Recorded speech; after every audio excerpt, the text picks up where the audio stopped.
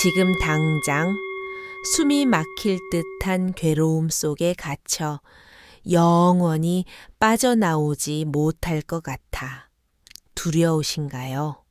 어느 마을에 나이 지긋한 어르신이 살고 있었습니다. 그분의 삶은 마치 사계절이 교차하듯 쉼없는 변화의 연속이었습니다. 청년 시절에 그는 성실하게 땀 흘리면 반드시 그만큼의 열매를 맺을 것이라 굳게 확신했습니다. 동이 트기 전 일터로 향하고 해가 저문 뒤에야 젖은 옷을 말리며 언젠가는 살림이 피고 평온한 날이 오리라 고대했습니다. 하지만 운명은 그에게 매번 예상치 못한 시련을 던져주었습니다. 정성을 다해 일군 일터가 시대의 풍패에 휩쓸려 허물어지기도 했고 굳건히 믿었던 동료와의 유대감이 세월 속에 희미해져 남남이 된 적도 있었습니다. 곁을 지키던 이들이 각자의 형편을 따라 하나둘 떠나가는 뒷모습을 보며 그는 쓸쓸히 되뇌었습니다. 어찌하여 세상 일은 내 마음처럼 흘러가지 않는 것일까? 왜 움켜쥐려 애쓸수록 모래알처럼 손가락 사이로 빠져나가는가? 어둠이 깔린 방 안에 누우면 이러한 의문들이 가슴을 짓눌렀습니다. 분명 바르게 살아왔건만 삶은 쉼 없이 밀려오는 파도처럼 새로운 난관을 몰고 왔습니다. 그러던 어느 날 지인의 권유로 깊은 숲속에 자리한 작은 암자를 방문하게 되었습니다. 그곳의 정적과 나무십 사이를 스치는 산들 바람은 소란했던 그의 마음을 차분히 가라앉혀 주었습니다. 그는 절 마당을 천천히 거닐다가 구석에 놓인 낡은 나무 현판 하나를 보게 되었습니다. 오랜 세월 비바람에 깎여 형태가 흐릿해진 글귀에는 이런 의미가 담겨 있었습니다. 모든 순간은 결국 흘러가기 마련이다. 처음 그 문장을 접했을 때 그는 고개를 내저었습니다. 나의 슬픔이 이토록 깊고 무거운데 어찌 이 또한 쉽게 지나간단 말인가. 그러나 세월이 더 흐른 뒤에야 그는 비로소 깨달았습니다. 무너진 일터의 아픔도 멀어진 인연의 허전함도 끝이 보이지 않던 불안한 새벽도 결국은 시간의 강물에 씻겨 내려갔습니다. 남겨진 것은 당시의 고통이 아니라 그 모진 시간을 견뎌내며 한층 단단해진 자신의 내면이었습니다. 그제야 그는 진실을 보았습니다. 인생의 어떤 찰나도 영원토록 머물러 있지 않는다는 사실을 말입니다. 환희의 순간을 영구히 붙잡을 수 없듯이 뼈아픈 괴로움조차 결국 바람처럼 흩어진다는 것을 알게 되었습니다. 그날 이후 세상을 바라보는 그의 시선은 완전히 바뀌었습니다. 더는 눈앞의 현상에 연연하지 않았고 역경 속에서도 미소를 잃지 않는 여유가 생겼습니다. 그는 회상했습니다. 마음을 비우는 순간부터 비로소 삶이 깃털처럼 가벼워졌다고 말입니다. 오늘 우리는 이 어르신의 체험과 부처님의 깊은 통찰을 통해 인생의 가장 험난한 고비에서 어떻게 마음을 다스려야 하는지 함께 나누고자 합니다. 일부 괴로움은 왜 우리를 찾아오는가? 사람은 누구나 갈등 없는 평화와 안락함을 꿈꾸며 살아갑니다. 하지만 우리의 의지와 상관없이 삶에는 늘 시련이 찾아오기 마련입니다. 육신이 병들어 고통받기도 하고 아끼는 사람과 작별해야 하며 오랫동안 쌓아온 공든 탑이 무너지는 경험도 합니다. 이러한 고충은 왜 우리 곁을 떠나지 않는 것일까요? 부처님께서는 이미 그 해답을 제시하셨습니다. 첫째, 우리의 육체 자체가 한계가 있기 때문입니다. 몸은 세월에 따라 쇠락하고 질병에 노출되며 끝내 소멸의 길을 걷습니다. 우리는 영원한 젊음을 간직할 수 없으며 건강 또한 늘 유동적입니다. 둘째, 우리의 내면이 스스로 괴로움을 빚어냅니다. 원하는 바를 이루지 못할 때, 가진 것을 빼앗길까, 전전긍긍할 때, 피하고 싶은 상황에 직면할 때, 우리는 통증을 느낍니다. 셋째, 우주의 만물은 끊임없이 변화하기 때문입니다. 오늘의 즐거움도 내일이면 무뎌지고 오늘의 만남은 반드시 이별의 씨앗을 품고 있습니다. 고정된 것이 없기에 붙잡으려는 욕심이 클수록 상실감도 깊어집니다. 부처님께서는 이를 생로병사라는 4가지 근본적인 고통으로 정의하셨습니다. 태어남, 늙음, 병듦, 그리고 죽음이라는 피할 수 없는 과정입니다. 그 밖에도 수많은 작은 번뇌들이 존재합니다. 구하는 것을 얻지 못하는 아쉬움, 사랑하는 이와 떨어져야 하는 애달픔, 싫어하는 대상과 마주해야 하는 불편함 등이 우리 일상을 채웁니다. 하지만 시련은 우리를 징벌하기 위해 찾아오는 것이 아닙니다.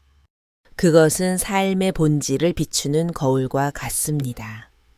우리는 아픔을 통해 비로소 깨닫습니다. 세상 모든 일이 내 뜻대로만 움직이지 않는다는 사실을, 내가 소유한 것이 영원한 내 것이 아님을, 그리고 언젠가는 모든 현상이 소멸한다는 진리를 말입니다. 그러므로 괴로움은 우리를 파괴하는 적이 아니라 진실을 보게 하는 스승입니다. 고난이 있기에 우리는 걸음을 멈추고 자신을 성찰합니다. 무엇이 진정 가치 있는지, 무엇을 놓아주어야 마음이 편안해지는지를 배웁니다. 부처님께서는 말씀하셨습니다. 괴로움은 회피할 대상이 아니라 직시해야 할 진리라고 말입니다.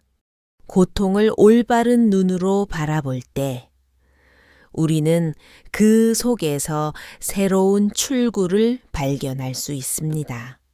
시련은 결코 우리를 무너뜨리지 못합니다. 그것은 오히려 우리를 더 깊은 통찰로 안내하는 징검다리이기 때문입니다. 이부 무상함을 받아들이면 시련도 지나간다. 세상 모든 존재는 찰나의 멈춤 없이 변해갑니다. 아침의 태양은 저녁 노을이 되어 사라지고 봄날의 꽃은 여름 그늘 아래 시들어 갑니다. 우리가 아무리 간절히 원해도 그 아름다운 순간을 영원히 박제할 수는 없습니다. 이것이 바로 변하지 않는 유일한 진리인 무상입니다. 이 이치를 모르면 우리는 번뇌에 휩싸입니다. 행복이 영구할 것이라 믿고 매달리다. 그것이 사라질 때 깊은 허탈감에 빠집니다. 반대로 고통이 끝나지 않을 것이라 단정하며 절망하다가 변화의 조짐을 잃지 못하고 스스로를 가둡니다. 하지만 무상함을 깊이 체득하면 마음가짐이 달라집니다. 기쁨이 올 때 그 순간을 충분히 만끽하되 미련 없이 보내줄 수 있습니다. 슬픔이 닥칠 때도 이것 역시 머물지 않고 스쳐갈 것임을 알기에 담담히 인내할 수 있습니다. 부처님께서는 제자들에게 가르치셨습니다. 세상은 도도히 흐르는 강물과 같아서 단 한순간도 정지해 있지 않다고 말입니다. 어제의 나는 이미 과거로 사라졌고 지금의 나 역시 매 순간 변모하고 있습니다. 팽팽했던 얼굴은 세월의 흔적을 담게 되고 흐렸던 하늘도 바람이 불면 다시 맑게 갭니다. 무상함은 우리를 슬프게 만드는 비극이 아닙니다. 오히려 우리에게 희망을 주는 복음입니다. 지금의 고난이 반드시 끝날 것이라는 확신을 주기 때문입니다.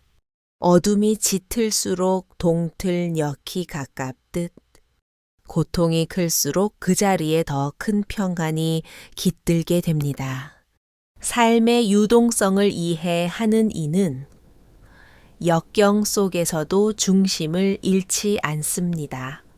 이 순간이 영구적이지 않음을 알기에 여유롭게 호흡을 가다듬을 수 있습니다.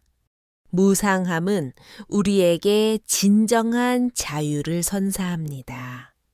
집착의 끈을 놓게 하고 절망의 늪에서 건져내며 흐르는 물처럼 삶을 수용하게 합니다.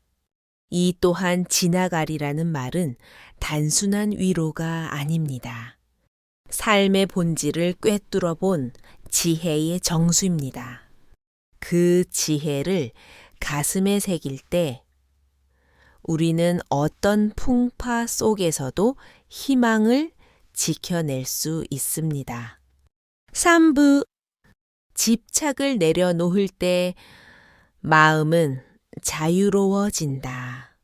우리가 번뇌를 느끼는 가장 근원적인 동기 중 하나는 바로 움켜쥐려는 마음, 즉 집착입니다. 인간은 누구나 원하는 것을 손에 넣고 싶어 하고 얻은 것은 영원히 간직하려 합니다. 그러나 만물은 변하기에 결국 손에서 놓아야만 하는 순간이 옵니다. 집착이 강할수록 상실의 통증은 배가 됩니다. 인연에 집착하면 이별 앞에서 무너지고 부와 명예에 연연하면 그것을 잃을 때 삶의 의미를 상실합니다. 부처님께서는 집착을 뜨거운 숯덩이를 손에 쥐는 것에 비유하셨습니다. 잠시 온기를 느낄 수는 있겠지만 결국에는 깊은 화상과 흉터만 남게 됩니다. 집착을 버린다는 것은 모든 관계를 끊고 산으로 들어가는 뜻이 아닙니다. 내가 가진 모든 것이 언제든 변할 수 있음을 인정하고 마음의 매듭을 느슨하게 푸는 것을 의미합니다. 가족과 함께 할 때 이 시간이 유한함을 알기에 더욱 소중히 여기고 사랑할 수 있습니다. 재물을 다룰 때도 그것이 잠시 머물다 가는 손님임을 알기에 탐욕이 아닌 나눔으로 승화할 수 있습니다. 집착을 내려놓는 순간, 마음은 비로소 광활해집니다. 이를까봐 전전긍긍하지 않으니 불안이 거치고 흩어짐을 수용하니 원망이 사라집니다. 연꽃은 진흙 속에서 피어나지만 그 더러움에 물들지 않습니다. 우리 역시 세상 속에 살아가되 세상의 가치에 얽매이지 않을 때 비로소 맑은 영혼을 유지할 수 있습니다. 무거운 배낭을 내려놓은 여행자가 더 멀리, 더 즐겁게 걸어갈 수 있듯이 우리도 마음의 짐을 덜어낼 때 자유로운 인생길을 걷게 됩니다. 사브, 고통을 지혜로 승화시키는 수행의 힘. 괴로움은 피하고 싶다고 해서 피할 수 있는 것이 아닙니다. 중요한 것은 닥쳐온 시련을 어떠한 방식으로 대하는가에 달려 있습니다. 부처님께서는 고통의 바다를 건너는 방법으로 수행이라는 길을 열어주셨습니다. 수행은 거창한 종교적 행위가 아니라 우리 일상에서 충분히 실천 가능한 마음의 훈련입니다. 첫째, 자신의 호흡을 가만히 지켜보는 것입니다. 숨이 들어오고 나가는 리듬을 차분히 관찰할 때 솟아냈던 생각들이 잦아들고 내면의 평화가 찾아옵니다. 감정이 격해질 때일수록 호흡에 집중하면 마음은 제자리를 찾습니다. 둘째, 자신의 마음 상태를 있는 그대로 알아차리는 것입니다. 화가 치밀 때 그것을 억누르기보다 분노가 일어나고 있음을 객관적으로 바라봅니다.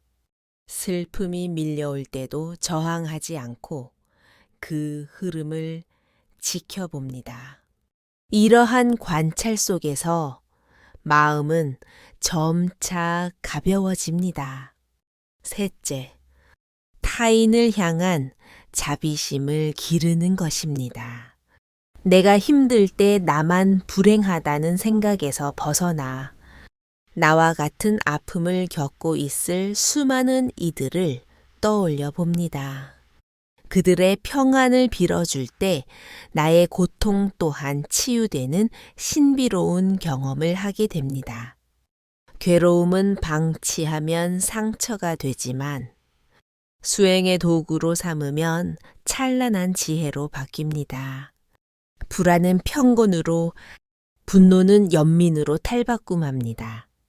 거친 원석을 갈고 닦아 보석을 만들듯 우리 삶의 시련도 수행을 통해 고귀한 통찰로 거듭납니다.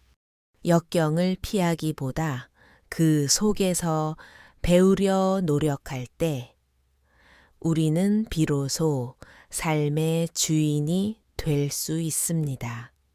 어머니, 시련 속에서도 희망의 씨앗은 자라난다.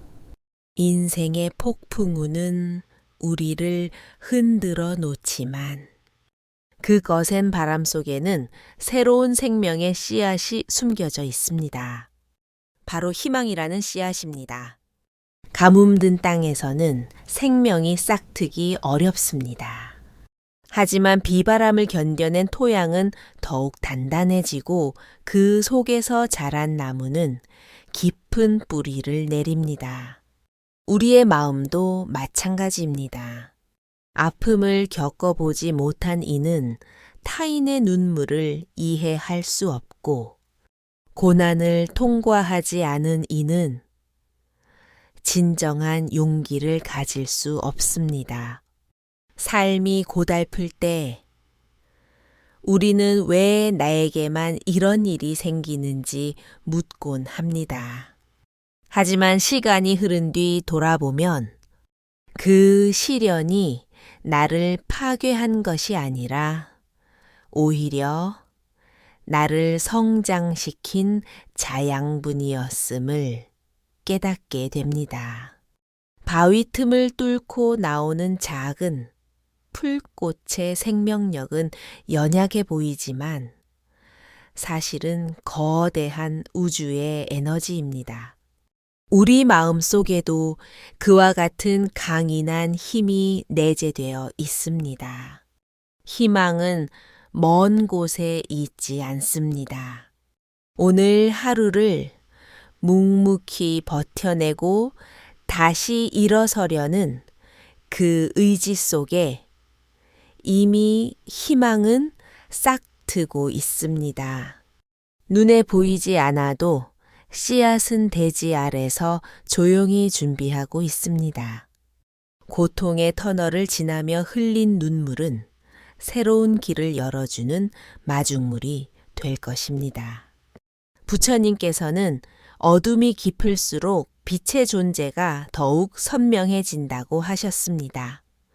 절망이 큰 만큼 희망의 잠재력도 그만큼 커지는 법입니다. 그러니 지금의 어려움을 두려워하지 마십시오.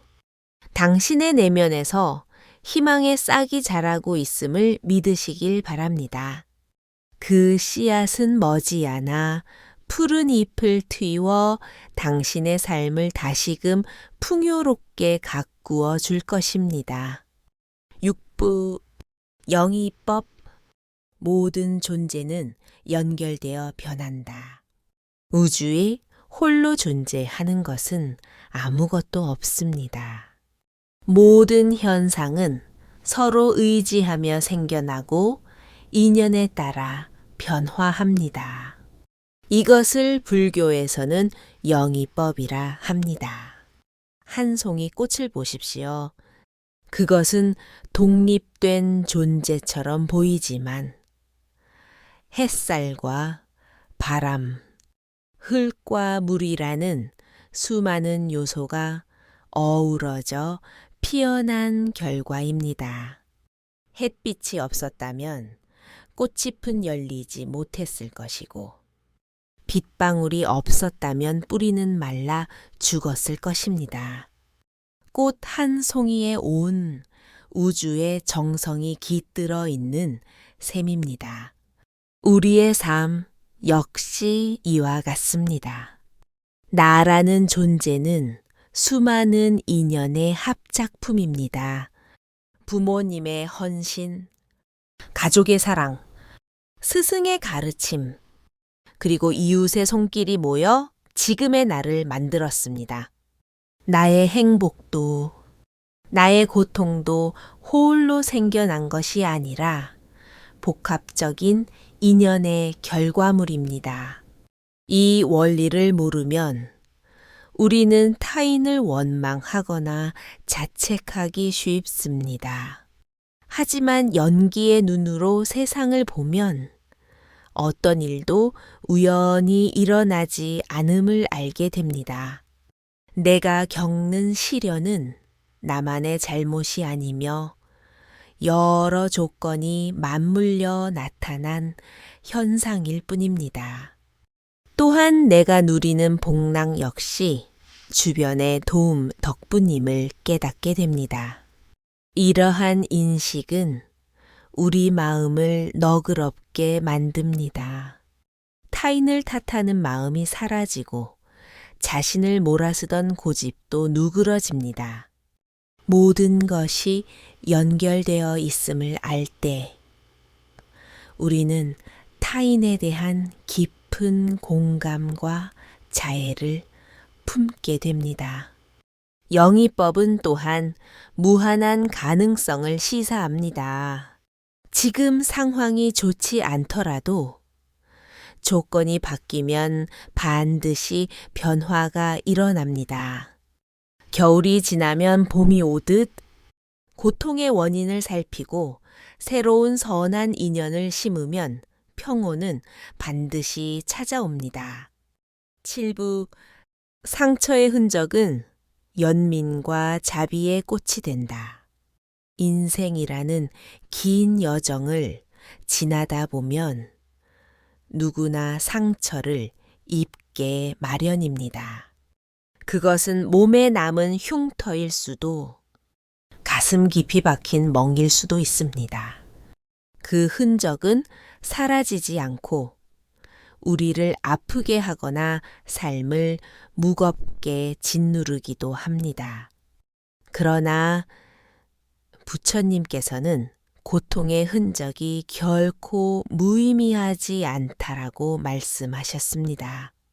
그 상처야말로 타인을 향한 자비심을 꽃 피우는 비옥한 토양이 되기 때문입니다. 젊은 시절에는 타인의 아픔을 온전히 이해하기 어렵습니다. 겪어보지 못한 고통은 그저 관념일 뿐입니다. 하지만 내가 직접 아파본 경험이 있을 때 그 상처는 타인의 슬픔 속으로 들어가는 통로가 됩니다. 배신을 당해본 이는 외로운 이의 마음을 읽어내고 병고를 겪어본 이는 환자의 불안을 진심으로 위로할 수 있습니다. 결핍을 경험해본 이는 어려운 처지의 이웃을 더 따뜻하게 보듬을 수 있습니다. 이처럼 고통은 우리의 마음 그릇을 넓혀줍니다. 상처가 깊었던 만큼 타인을 향한 연민도 깊어지는 법입니다. 부처님의 제자 중 한 명은 평생 약한 몸으로 고생하며 수행에서 뒤처지곤 했습니다. 그러나 그는 누구보다 따뜻한 눈빛을 가졌습니다. 자신의 아픔을 통해 다른 이들의 고충을 가장 먼저 알아차렸기 때문입니다. 자비는 거창한 희생이 아닙니다. 슬퍼하는 이의 곁을 묵묵히 지켜주고 손을 잡아주는 작은 배려에서 시작됩니다. 그리고 그 힘은 내가 겪은 고통의 흔적에서 나옵니다. 시련은 우리를 파괴하러 오는 것이 아니라 더 큰 사랑을 배울 수 있도록 우리 마음에 깊은 자국을 남기는 것입니다. 삶의 마지막 순간에 우리가 남기는 것은 물질적인 풍요가 아닙니다. 누군가의 기억 속에 남는 것은 우리가 건넨 따뜻한 말 한마디와 함께 흘린 눈물입니다. 그 모든 자비의 출발점은 바로 당신의 상처입니다. 그러니 자신의 아픔을 부끄러워하거나 숨기지 마십시오. 그 흔적은 당신을 더욱 깊이 있는 인간으로 만들고 세상을 더 따뜻하게 밝히는 빛이 될 것입니다. 고통이 남긴 자리는 결국 연민과 자비로 피어나 우리 삶을 아름답게 완성해 나갈 것입니다.